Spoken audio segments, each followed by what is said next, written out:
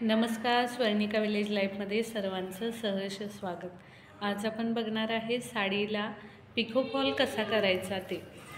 सगळ्यात महत्त्वाचं म्हणजे पिको फॉल करताना पिको फॉलची मशीन असणं जास्त गरजेचं आहे, त्याचं सेटिंग लावणं जास्त गरजेचं आहे आणि त्याचा दाब लावणे गरजेचं आहे। चला तर बघूया आपण पिको फॉल एकदम सोप्या पद्धतीने कसा करायचा आहे ते। साठी मी ही साडी घेतलेली आहे। ही सिल्कमधली सिंपल सोबर अशी साडी आहे आणि ह्याच्या काठाला लेस देखील आहे। तरी देखील आपण पिको फॉल कशा पद्धतीने करू शकतो ते बघूया। त्याच्यानंतर ना मी फॉल घेतलेला आहे तो डायरेक्ट यूज करायचा फॉल आहे आणि हा वॉश करायला लागत नाही, इस्त्री करायला लागत नाही, त्यामुळे हा फॉल कुठेही तुम्हाला अवेलेबल होऊ शकतो। तुम्ही साडीला मॅचिंग असा फॉल घ्यायचा आहे। मला यातला डार्क रंग मिळाला नाही त्यामुळे हा मी घेतला आहे, ह्याला मॅच होईल असाच आहे हा। आणि हा डायरेक्ट यूज करायचा आहे। ह्याची उंची देखील जास्त आहे आणि धुवायची वगैरे काहीही गरज पडत नाही। बरेच कंपनीचे असे पिको फॉल मिळतात आता डायरेक्ट यूजचे आणि 17 का 18 रुपयेपर्यंत हा फॉल मिळतो। हा सोनिया कंपनीचा फॉल आहे।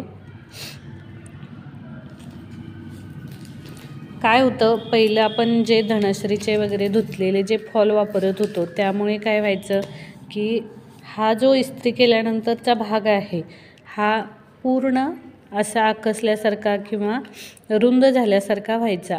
आता हा डायरेक्ट फॉल असल्यामुळे म्हणजे हा तयारच आहे, ह्याला कोणत्याही प्रकारे इस्त्री करावी लागत नाही किंवा धुवावा लागत नाही, त्यामुळे हा लावताना आपल्याला अवघड देखील जात नाही आणि पटकन लावता देखील येतो।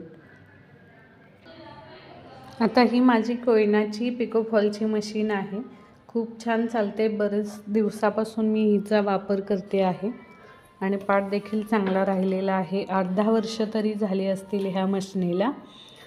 ह्याची ही डबी अशी पिको फॉलची वेगळी असते, आपल्या साध्या मशीनीसारखी नसते आणि रिंगी देखील छोट्या साईजमधली असते। आणि आपल्याला लागणार आहे दोऱ्याची गुंडी मॅचिंग आणि कातरे। आणि ह्या मशीनीचं मी 3 वरती हा दाब ठेवते आहे, जेणेकरून आपली टीप एकदम व्यवस्थित येईल। आणि इथे 4 वरती ठेवलेला आहे, जास्त बारीक देखील नाही केलेला। त्याच्यानंतर हा दाब आहे, हा पिको फॉलचा दाब आहे। काही मशीनींना पिको फॉल करताना 2 दाब वापरले जातात, पण मी ह्याच मशीनीने खालच्या बाजूला देखील पिको करते आणि साईडच्या साडीच्या काठाला देखील पिको करते। आणि खाली अशा प्रकारे सेटिंग आहे, हे अशा प्रकारे ह्यात आपण डबी घालून घ्यायची आहे। डबीच्या बरोबर मध्यावरती आपण ही रिंगी, ज्या साईडला आपला हा दोरा घालण्याचा भाग आहे त्या बाजूला साईड अशी बसवायची आहे। ही बसल्यानंतर ना इथून ह्या ओलातून इकडे अशी रिंगीचा भाग काढायचा आहे। रिंगीचा बरोबर हा दोरा ह्या बाजूला असा व्यवस्थित आला पाहिजे। आता आपण रिंगी बसवून घेणार आहे। रिंगी बसवण्यासाठी खाली बाजूला रिंगी घालायची आहे आणि अशी प्रेस करायची आहे, जेणेकरून आपल्याला खट्ट आवाज येतो। त्याच्यानंतर आपण दोरा घालून घ्यायचा आहे। दोरा घालताना देखील ह्या ओलातूनच दोरा घालून घ्यायचा आहे, पहिला ह्या दाबातून, त्याच्यानंतर या स्प्रिंगमधून घ्यायचं आहे। हे वरील बाजूला करून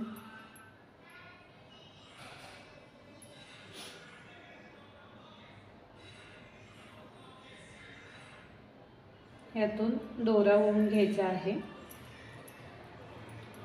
आणि नंतर सुईमध्ये हा दोरा घालायचा आहे।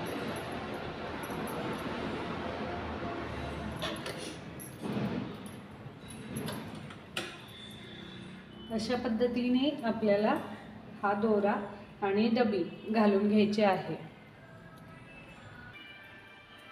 याच्यानंतर आपण साडी खोलून घेतलेली आहे।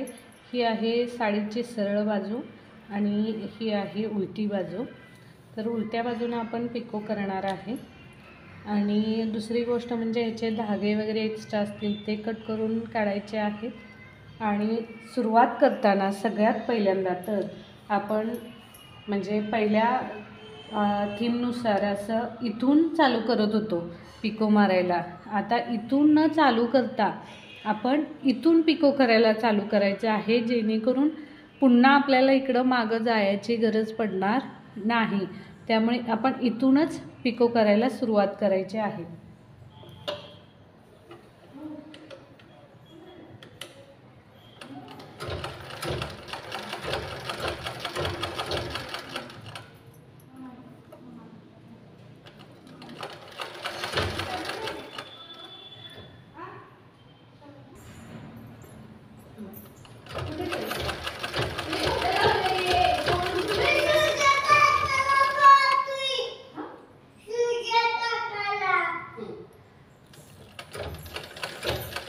आणि पिको मारताना इथं घुमड घालायची आहे।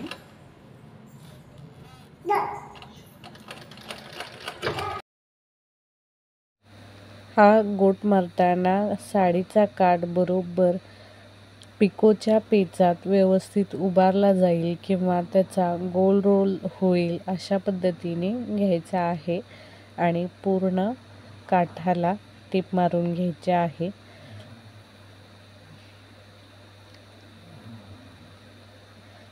आपल्या चॅनेलवर आणखीन असेच व्हिडिओ अपलोड केले आहेत। डिस्क्रिप्शन बॉक्समध्ये असाच उपयुक्त व्हिडिओ दिलेला आहे, तर तो तुम्ही नक्की पहा। आता आपला हा शेवटपर्यंत गोट मारून झालेले आहे। हा अशा पद्धतीने गोट मारलेला आहे। आता आपण खालच्या बाजूला फॉल लावायचा आहे।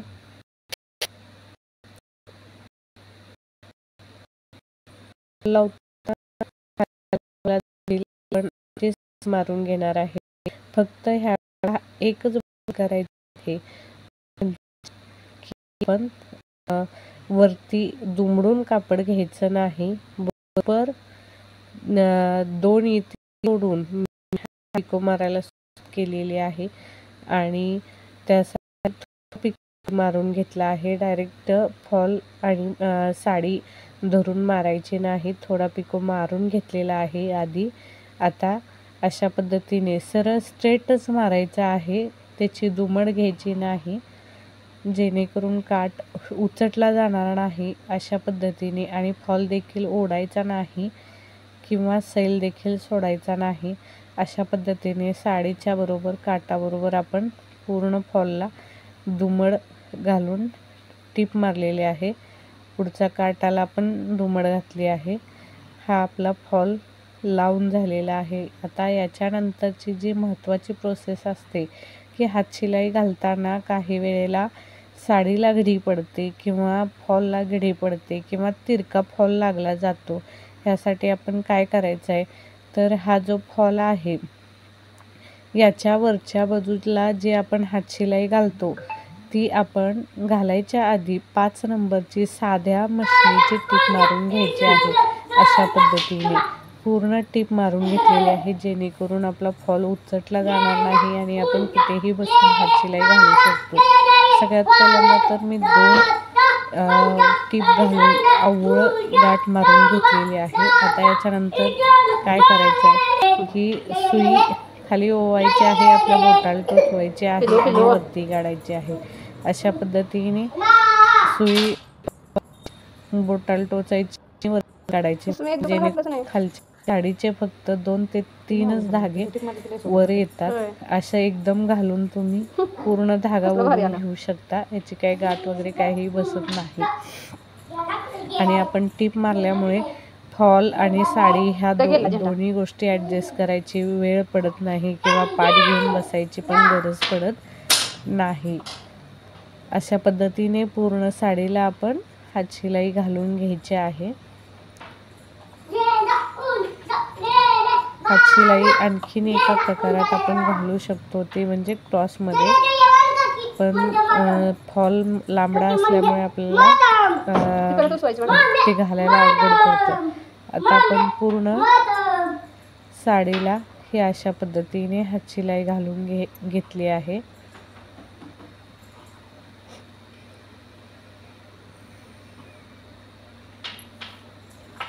आणि ह्या टिप्समुळे हात शिलाई घालणं देखील एकदम सोपं जातं. आता याच्यानंतर आपण जी 5 नंबरची टीप मारली होती वेगळ्या धाग्याची, ती उसवून काढायची आहे, जेणेकरून आपला फॉल एकदम व्यवस्थित परफेक्ट असा दिसेल. हात शिलाई देखील तुम्ही बघू शकता एकदम नाजूक अशी दिसते. एकदम जवळून कॅमेरा असताना देखील एवढा धागा दिसत नाही त्याचा. याच्यानंतर तुम्ही प्रेस जरी मारले तरी देखील चालेल. अशा पद्धतीने आपला फॉल एकदम मस्त लावून झालेला आहे. व्हिडिओ आवडला असेल तर लाईक, शेअर आणि सबस्क्राईब करा.